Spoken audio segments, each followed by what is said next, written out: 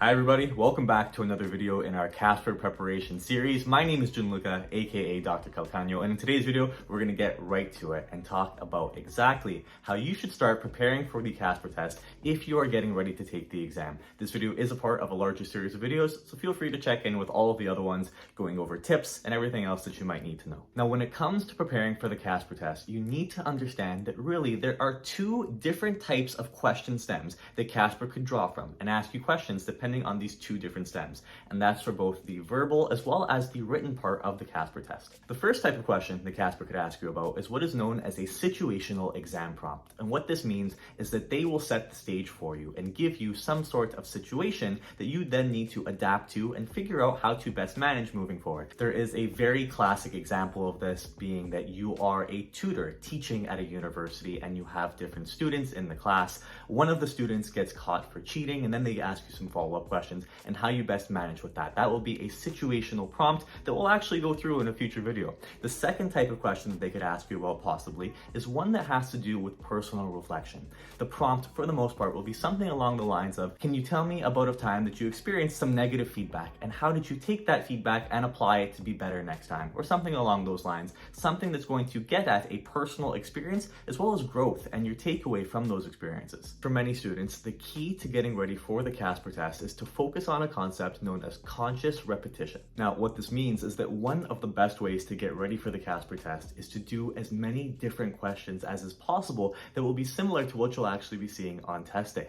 And when you do this, it needs to be targeted. You are really trying to focus on three different things when you're getting ready for Casper. The first thing you're doing is trying to increase your exposure to as many different questions as is possible. That way, when you show up on test day, a lot of what you will be seeing will be close to what you've practiced in the past. The second thing you're trying to do is increase your familiarity with problem solving these types of questions. And finally, the last thing you're trying to do is hone your ability to think critically and being able to view the same problem from multiple different angles while still coming up with an adequate solution as best as you can. When you are first trying to get comfortable with understanding Casper types of situations or ethical dilemmas, there are four different things that you need to identify regardless of the situation. The first thing you need to do is identify the conflict. What is actually being posed of you of that particular question?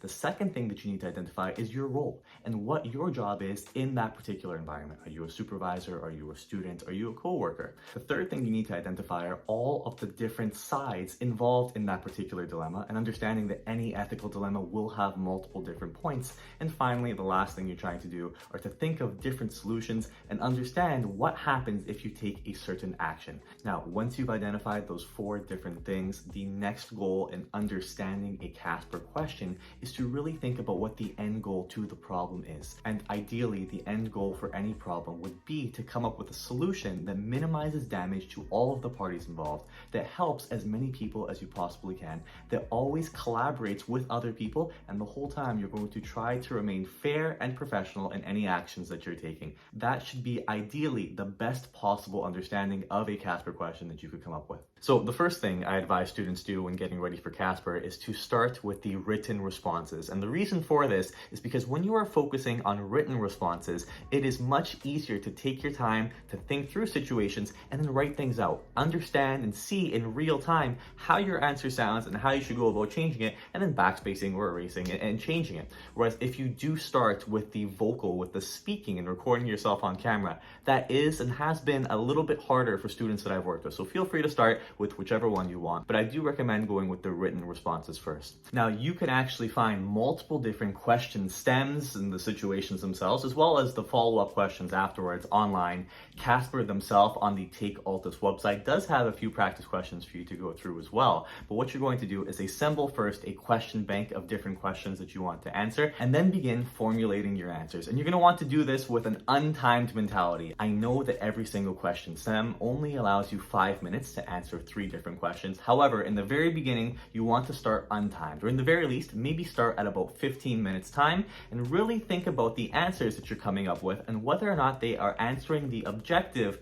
of the Casper test. And the objective of the Casper test is to use their 10 core competencies. They give you the rubric. They let you know exactly what they're going to be using to evaluate you, and all you need to do is answer their questions, coming up with real solutions and not violating any of them in any part of your response. So start off untimed, typing out your answers, answering the 3 different questions per question stem, and then after you got used to answering these questions while keeping the core competencies in mind, you're going to gradually reduce the amount of time per question that you're taking. Maybe your first step is to take 15 minutes to answer all of the different questions. Then you go down to 10 minutes and then 5 minutes until eventually you are comfortable answering all 3 of the different question stems within 5 minutes that you're taking. Now, when you feel confident with your written skills in terms of answering the different questions from the Casper prompts, what you are then going to do is move on to the verbal responses. Now, many students, as I said before, describe there's difficulty with this section because you can't correct previous statements.